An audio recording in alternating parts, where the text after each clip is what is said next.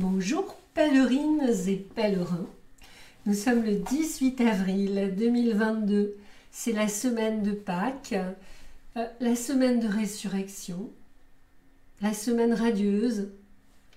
Nous sommes le lundi de Pâques, le lundi de l'ange. Nous sommes le 18 c'est la lune. Même si nous ne sommes plus dans la lune rose, nous sommes malgré tout entre deux tours. Aussi, je me suis sentie inspirée pour vous faire une lecture aujourd'hui des mystères de Black Madonna et puis aussi de Dust de Onyx avec la lune et le soleil. Tout de suite, je vous retrouve avec ces arcanes merveilleuses et ces decks merveilleux. Voilà, j'ai trouvé que ces deux-là allaient bien ensemble. Alors, je ne vous rappelle plus Dust de Onyx de Courtney Alexander. Vous savez que j'avais fait une vidéo avec, plusieurs vidéos d'ailleurs, avec différentes lectures. J'avais commencé donc à faire une vidéo des mystères de Black Madonna de Étienne Grobler, que je salue bien bas.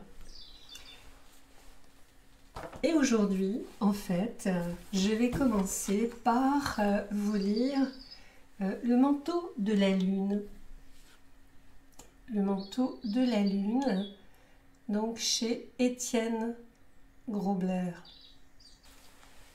Le manteau de la lune, la mère couronnée de Dieu de Foggia. Elle ne peut pas être comprise, sa noirceur est de l'autre côté de la lune. C'est précisément cette obscurité qui permet à l'imagination, à l'inconscient, de la remplir de qualités indéfinissables, mystérieuses. Cette phrase est de Roger Aurochs, la femme divine dans le christianisme. Le sanctuaire de cette Madone est construit sur un site de culte de la déesse noire Artémis et de Diane de la Lune. Très remarquable est la position grande ouverte de ses mains, de ses bras, semblable à la statue d'Artémis d'Éphèse. Sa statue a été découverte par un cerf, courant vers la lumière qui émanait de l'ancien chêne. Le cerf, le chêne, la lune sont sacrés pour l'ancienne Madone noire d'Éphésus, Artémis. Toutes les créatures sont sacrées pour elle et elle protège les animaux de la forêt. Les cultures anciennes sont des cultures lunaires, en mettant l'accent sur la forme changeante de la lune pendant le cycle lunaire qui commence dans le premier quartier, puis la pleine lune, enfin le dernier quartier de la lune, quand il fait complètement sombre. Pendant la nouvelle lune sombre, toutes les femmes de la tribu se séparaient du reste du village. Elles se retiraient dans une grotte ou un abri. Ces femmes, qui avaient leurs règles, le faisaient ensemble. Elles ont permis à leur sang mensuel sacré de couler sur la terre comme sacrifice et don. Pendant cette période d'isolement, elles ont partagé leurs rêves, leurs visions, leurs transes chamaniques. Il fut un temps où la santé et le bien-être de toute la tribu et du village dépendaient du temps de la lune de leurs femmes. Pendant les jours de leur cycle de lune 100, les femmes se sont également réfugiées dans les arbres pour se cacher des animaux sauvages. Cette Madone noire est l'une des nombreuses qui ont été découvertes dans un arbre. L'histoire raconte qu'il y a 1000 ans, un comte qui chassait dans les bois a suivi un cerf, l'a trouvé prostré devant un grand chêne. L'arbre est devenu lumineux, comme s'il était en feu, et la Madone est apparue dans la lumière. Elle a dit « Non temere, io sona la madre di Dio », ce qui signifie « Ne craignez pas que je sois la mère de Dieu ». Ceci est similaire à l'accueil de Lady of Guadeloupe à San Juan. Un fermier a accroché un chaudron rempli d'huile dans l'arbre et la Madone a baigné l'huile avec des pouvoirs de guérison.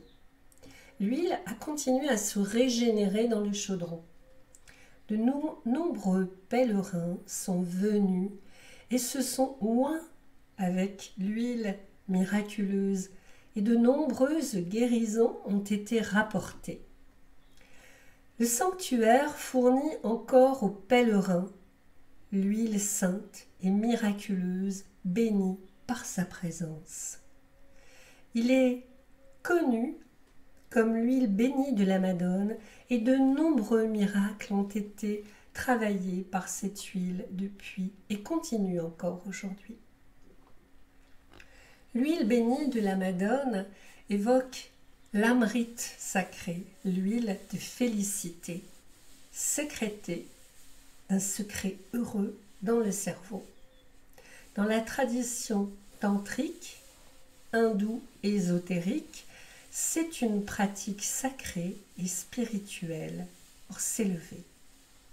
La Kundalini est l'énergie psychospirituelle, sexuelle qui monte dans la colonne vertébrale lorsqu'une glande secrète dans le cerveau est activée par l'énergie sacrée de la Kundalini, l'amrite est sécrétée, connue comme la substance de guérison régénératrice sécrétée par un cerveau qui a été infusé avec de l'énergie spirituelle.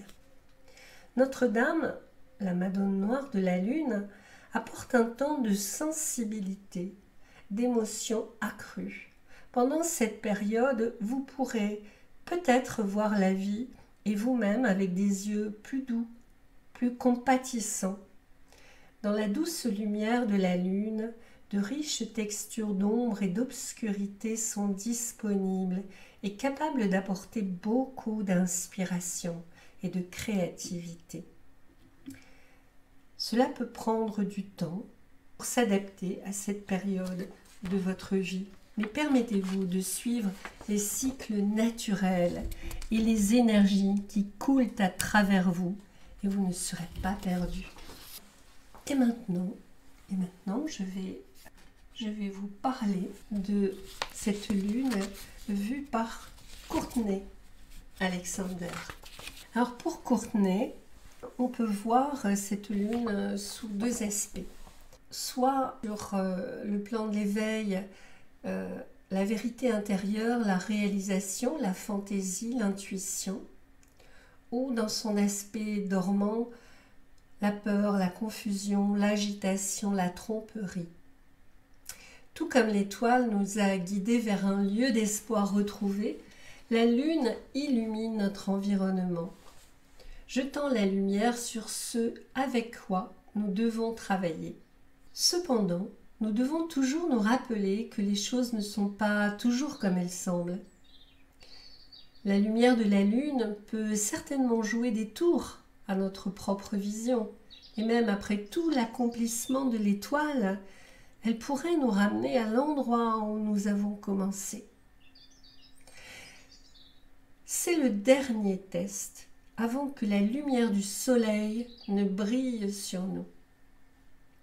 La lune est toujours en phase avec les cycles naturels et les rythmes de la vie, faisant ressortir la nature psychique et intuitive que nous possédons tous. La lune nous apprend à suivre, à rester en phase avec ce rythme. Bien que la lune puisse avoir une aura apparemment trompeuse et mystérieuse, elle est là pour nous mettre au défi de faire face à notre perception biaisée. Ce mystère Ce secret pourrait prendre forme dans nos relations, les circonstances qui nous entourent et qui nous maintiennent dans l'obscurité. Lorsque nous nous essayons et apprenons à être guidés par notre intuition, nous augmentons notre capacité à nous connecter à la vérité au niveau le plus profond. C'est comme devenir soudainement aveugle et devoir faire confiance aux autres sens autrefois pris pour acquis. De là, la lune peut nous conduire à des trésors autrefois inconnus. Cela nous demandera d'entrer dans le labyrinthe intérieur, de faire face à nos propres illusions, mais cette fois, nous serons mieux équipés pour voir les choses telles qu'elles sont réellement. La lune vous appelle dans votre propre temple. L'étoile a conduit dans les eaux profondes et fraîches du renouveau, du nettoyage, afin que vous soyez prêts à entrer dans cet espace avec un cœur clair.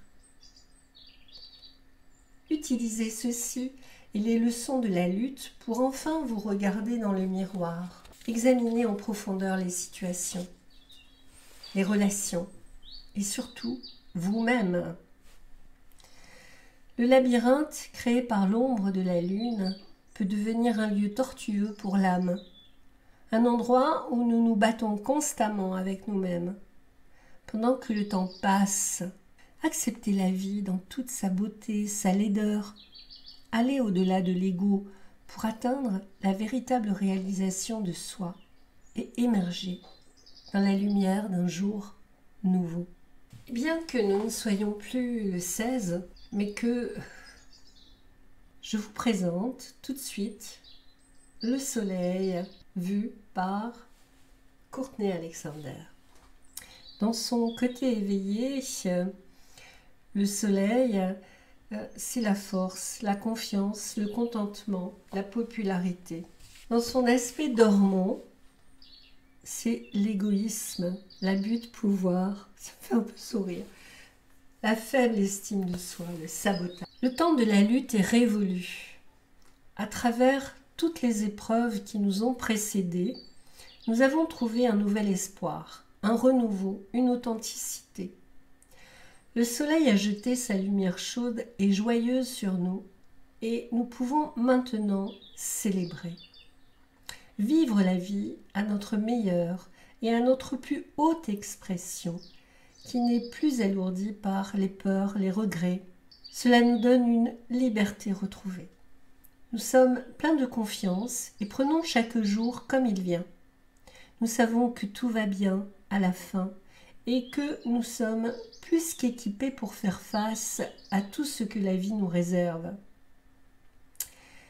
Nous avons prouvé notre propre force et la place qui nous revient dans cette position d'autonomisation. Le soleil est fièrement assis avec un halo de lumière dorée émanant de sa grande présence. Son esprit intérieur monte à sa couronne pour se prélasser dans sa nouvelle lueur, remplie d'éclat. Cette lueur remplie d'éclat et de plaisir à l'intérieur émerge, chargée, prête à fonctionner à pleine puissance. Il y a une certitude de confiance en soi, de contentement qui supporte la libération et la paix. Le soleil, comme le lion, réalise que cet endroit est un droit de naissance sur lequel il peut maintenant agir avec grâce. Recevoir le soleil lors d'une lecture est un grand signe de force et d'enthousiasme bien mérité. Prélassez-vous dans l'éclat qui se déroule. Sachez que tout ce que vous êtes prêt à manifester est prêt pour vous aussi. Bien qu'il y aura toujours de l'incertitude dans cette vie, c'est maintenant quelque chose que nous pouvons embrasser avec excitation. Tout va bien. Nous sommes prêts à entrer dans notre but, notre destinée. Ce faisant, nous devons nous souvenir des luttes qui nous ont amenés ici. Ne gaspillez pas cette belle énergie dans l'auto-glorification. Restez humble. Montrez de la gratitude. Donnez au suivant en étant une bénédiction pour les autres. Cet état d'être dans toute sa splendeur est impermanent. Nous risquons de nous retrouver une fois de plus au bas de la roue. Et pour finir, la Vierge Noire rayonnante d'Étienne Grobler. Notre-Dame des douleurs, Dame de Kibéo. Sa noirceur est la noirceur de l'Afrique. C'est une phrase de Roger Auroch. Mère de la parole, Mère de Dieu. Le pouvoir du pardon est énorme, il est vraiment grand, il peut changer le monde. C'est une phrase d'Immaculée Ilibagiza. Notre-Dame de Kibéo, Notre-Dame de la parole et Notre-Dame du chagrin, est une récente apparition de Marie au Rwanda, sur le continent africain où vit Étienne Grobler. Elle est apparue à 3 jeunes écolières à Kibéo en 1981. C'était une période de terribles tensions entre les Hutus et les Tutsis au Rwanda. Mais personne n'aurait pu prévoir l'horreur qui allait suivre. Marie est apparue aux filles en s'annonçant comme Enyawa Jambo. Oui signifie mère de la parole et Umubei Wimana qui est mère de Dieu. Encore une fois, pardonnez-moi mon mauvais accent, s'il vous plaît. L'écolière Alphonsine Murnureke, âgée de 16 ans, a déclaré qu'elle était au café de l'internat Kibéo Collège quand elle a entendu une voix douce comme l'air, plus douce que la musique. Elle a vu une belle femme flotter dans les airs. Elle ne portait pas de chaussures, tout comme Alphonsine et ses camarades de classe. « Qui êtes-vous » demanda Alphonsine. « Je suis la mère de la parole » répondit la femme, qu'Alphonsine reconnut aussitôt comme Marie. Puis, elle a lancé un terrible avertissement.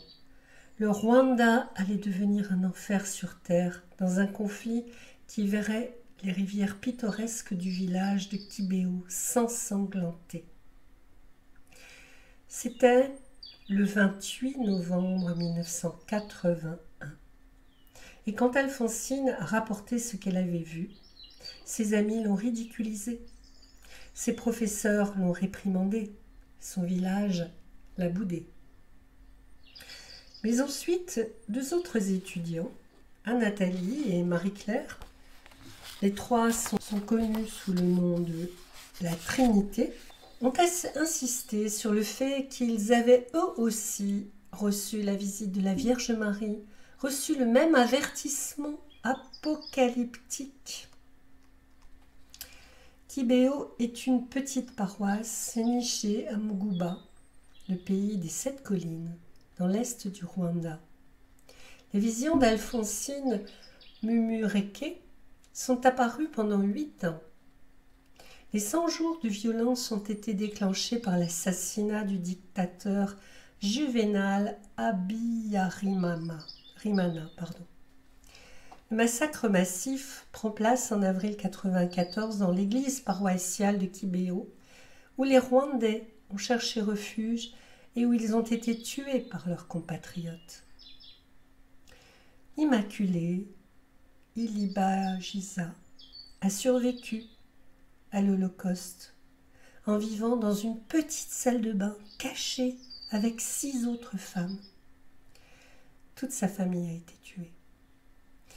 Elle raconte qu'elle a trouvé l'œuvre de l'enseignant spirituel Wayne Dyer et que cela lui a ouvert les yeux sur sa survie miraculeuse et sur ce que cela peut signifier pour le monde.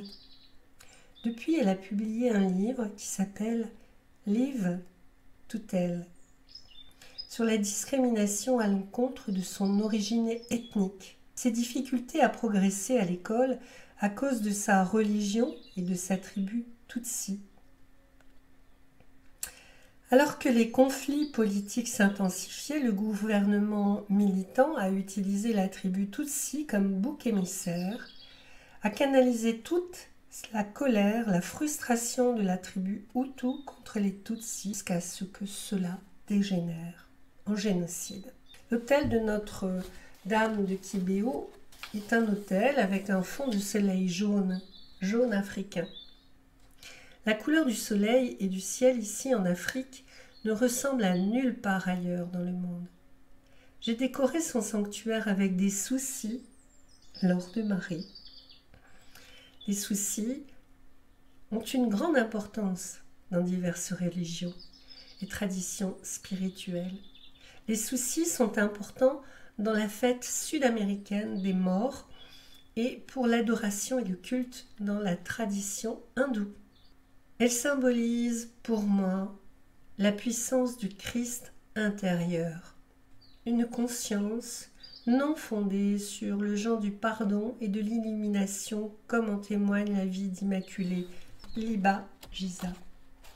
Elle rayonne d'espoir et de savoir que le saint soleil se lève toujours également dans notre paysage intérieur. Parfois, nous avons un aperçu du futur et nous réalisons que nous ne pouvons pas changer les manières du monde en une seule vie, ou peut-être jamais. La beauté et la vérité de cette acceptation, de cette réalisation, c'est que sur le chemin de Marie, la Vierge Mère, la Noire, nous sommes orientés vers le choix d'embrasser et de lâcher prise, soit de penser ou les deux. En réalisant que les voies du monde ne peuvent être changées instantanément, nous rendons le vrai pouvoir au divin. Nous comprenons que nous ne sommes pas responsables de toute l'humanité et du plan divin.